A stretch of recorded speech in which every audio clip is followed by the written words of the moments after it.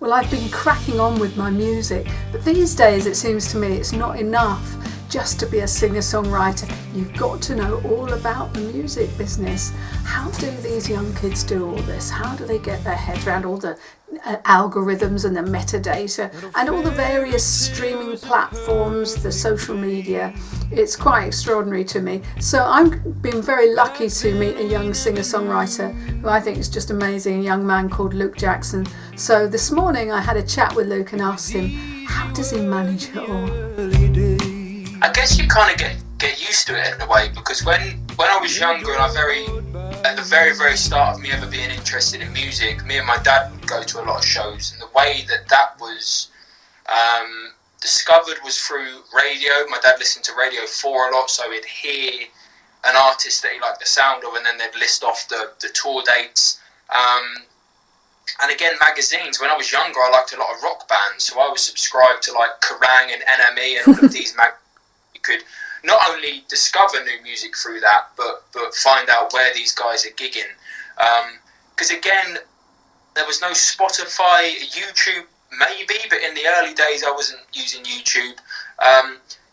So much of it was word of mouth, or stumbling upon things, or talking to friends maybe that had heard it from somewhere, I don't know, but it would always be somehow it would land on your lap. But now so much of it is online, but the good thing I find about it is on platforms like Facebook, Instagram, Twitter, all of this, is they're free. So you can use it to your heart's content to try and stay, I guess, relevant but interesting and all things like that. It's free to use, so I think you may as well make the most of that.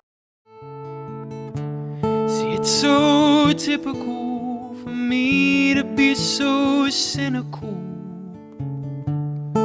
Lost my shine along the way. There are days when I'll curse up towards the sky. See, I'm jealous of the sun, 'cause that big old sun just always keeps on shining.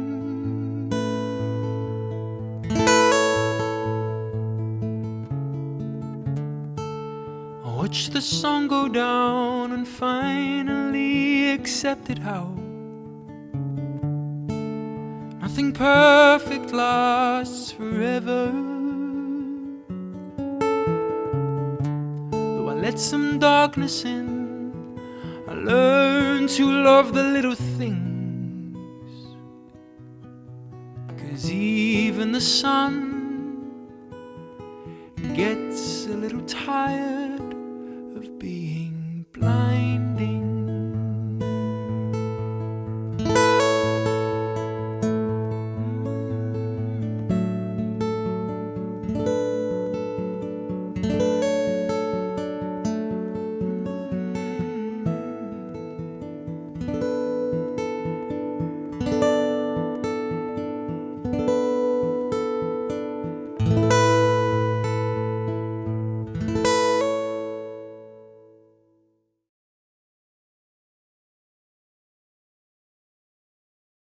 Kieran Algar for one, and Dan Walsh, I've done like duets with these guys on Facebook. I didn't leave my house to do the duet. It's all through Facebook.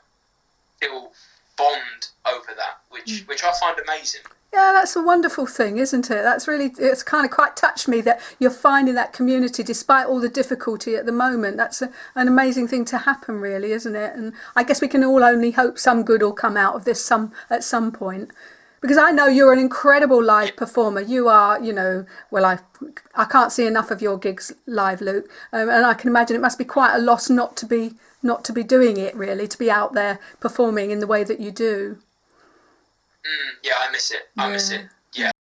I've got one more question for you, Luke. In case any young people might be watching this, if they were, what advice would you give to a 12 or 13-year-old? You started really young. I got into Joni Mitchell when I was 14, and that's a very long time ago. And what advice would you give them? What would you say to a... I think if you love it and you have a passion for it, then run with it. For me, it was a strange thing where where I found music so young and loved it so much, anything else, I almost became tunnel visioned about it. And I guess a lot of people would say, oh, keep your options open. But I never did. I was like, you know what, I love this. If I can do it, then I'm going to do it. Why waste time on anything else?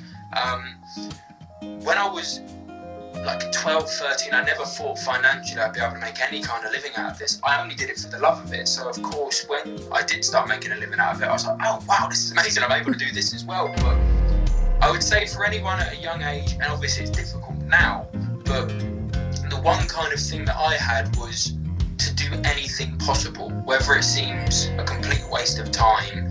And of course, as things progress, and for me now is, I can't do that anymore because I have to pick the gigs wisely to maintain a level of professionalism, I suppose, if you want to put it like that. But when I was younger, it was just about getting my name out there and also honing my craft. So I was playing any type of venue. So I would be playing in these pubs back in the days where you could smoke, so everyone watching would smoke and you'd stink of fags and you shouldn't really be in there because I was too young, or would sneak in the back door. All of those kind of things where any crowd possible, there could always be someone in there that could, and even if it was just like another pub landlord was in there and said, oh, that was quite cool, I do an open mic night in the town next door, would you come and do that? That was enough of a reason to do the show. So I would just say that really, just run with it.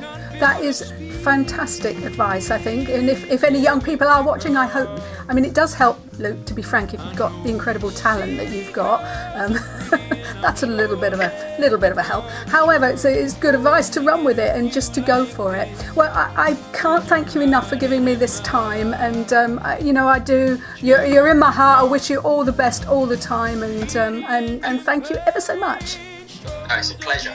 I look forward to hearing everything you're doing. Well, it's a bit of a journey. Thank you so much, Luke. Thank you. Thank you. Care. Bye, and you. Bye. You can climb inside, even charge your phone.